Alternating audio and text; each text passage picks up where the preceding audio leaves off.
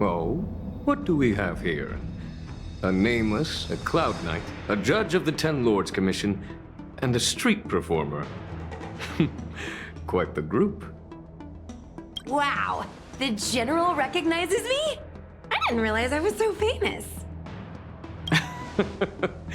My retainer Yang Qing has mentioned you. You are one of the only people on the Law Fu that was able to deprive him of his sword. Oh, I remember. I should apologize. I did a sword-swallowing performance on the spur of the moment, but forgot to return the sword to him when I left the stage. So, what wind has brought you to the seat of divine foresight?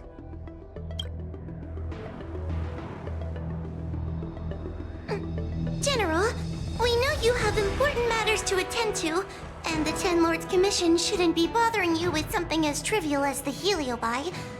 But if we allow those creatures to roam freely, I'm afraid...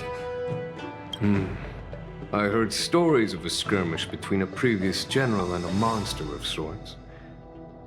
I'd always assumed they were an old wives' tale. I never imagined the villain of such tales would come to my doorstep seeking revenge. I must say, it seems a bit unfair that I should assume the debt for a conflict I had no involvement in.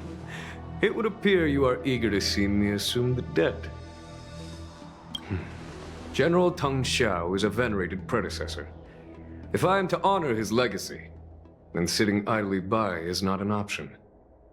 If an audience with the General of the Law Fu is requested, then I will honor such a request. General, Heliobi are vile creatures capable of taking over the bodies of mortals. If you're unsure... I appreciate the Ten Lords Commission having such high regard for my welfare. It is true I am rather inexperienced when it comes to Heliobi. But as General of the Law Fu, I cannot look on while these fugitive creatures wreak havoc on the populace. I still have some paperwork that needs attending to. Once I am finished, I will make my way to Fixtral Garden without delay.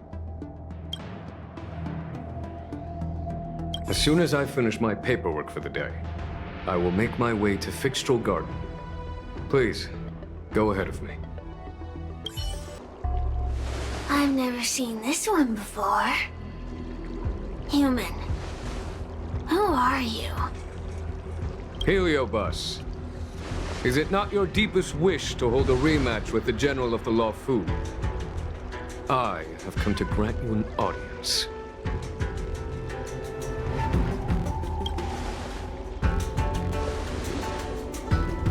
Sirius, we have brought you the person you wish to see. This is General Jing Yuan, the one who now sits at the seat of divine foresight. This is the current General of the LeFou? Look at that expression! He's barely half awake! Where is General Teng Xiao?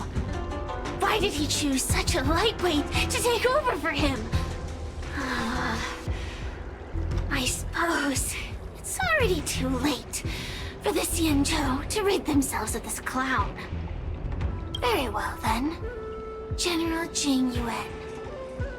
How about we settle our score right here in Fixtral Garden?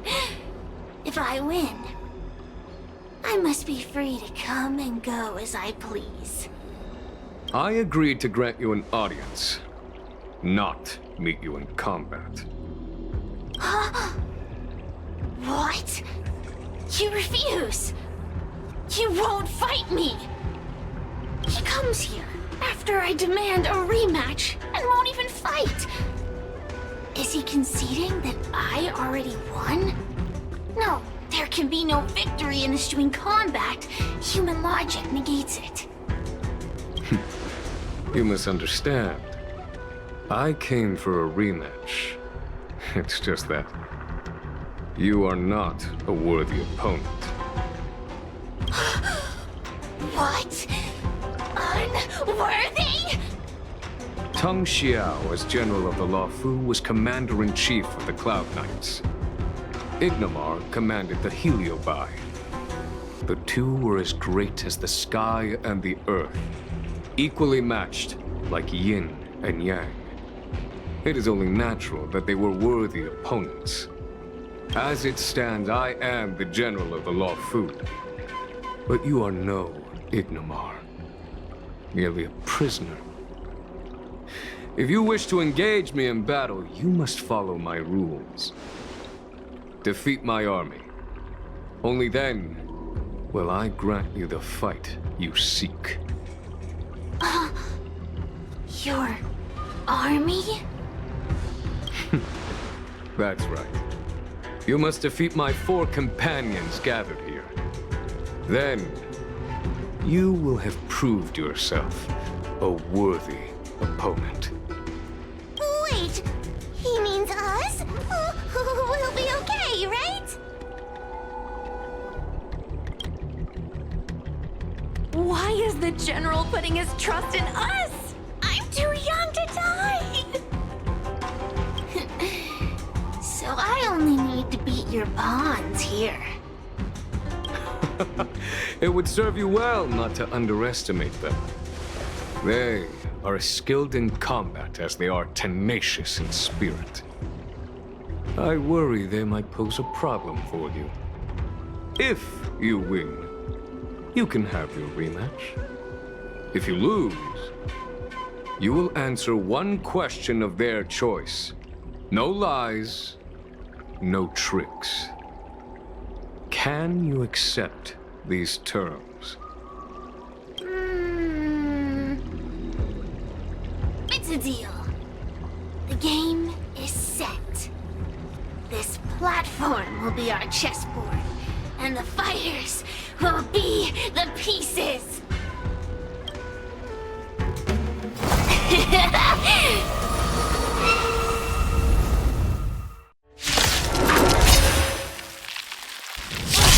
Trying to humiliate me with lowly pawns. No matter then. I have my pawns to play. Heed my command. Receive my power. Now you will experience the might of the Heliobide. You've lost, Sirius. Ugh, don't get complacent. If I had all of Ignomar's power, I'd never have lost to the likes of you. Should you decide to try again, my offer still stands. But you must defeat them. What are we waiting for? Not so fast! Before we fight again, you need to answer one question like you promised. Ugh, pesky devil of a girl. Alright. What's your question? Look! Is this something a Heliobus could have done?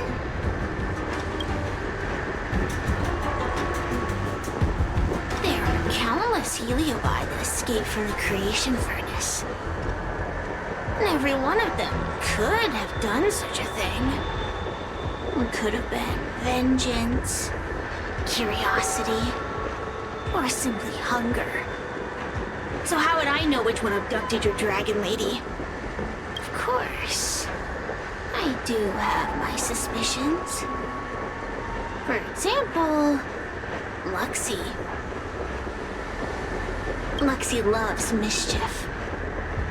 They give no thought to interfering in mortal affairs. Their only concerns are entertainment and freedom.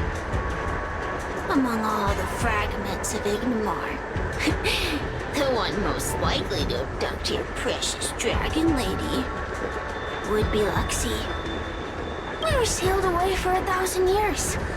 It's been ages since we last tasted the joys and sorrows of the world of humans. I'm sure Luxie was eager to find a new friend and wander the world with them. I think they're telling the truth. Heliobi do have different personalities, and they can be influenced by the personality of their host. If a Heliobus possesses a great warrior, they might gradually take on a braver, fiercer persona. And if their host is a playful child, they may adopt a childlike spirit.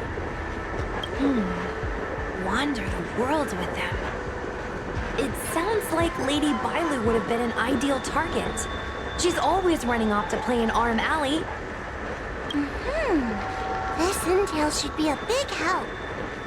Hey! We're not done here! You still owe me a fight! You bunch of meatbags! One minor victory and you think you're something special? Come on! Show me what you've got! The clues are all pointing in the same direction. It would be wise to strike while the iron is hot. Thank you for your help, General. Let's get going.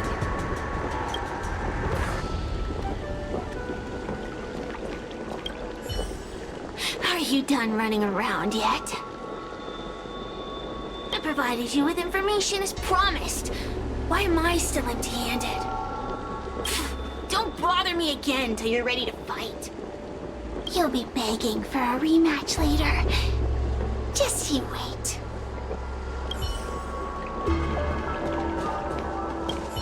The Heliobi are like a flame that burns eternal, with no need for sustenance.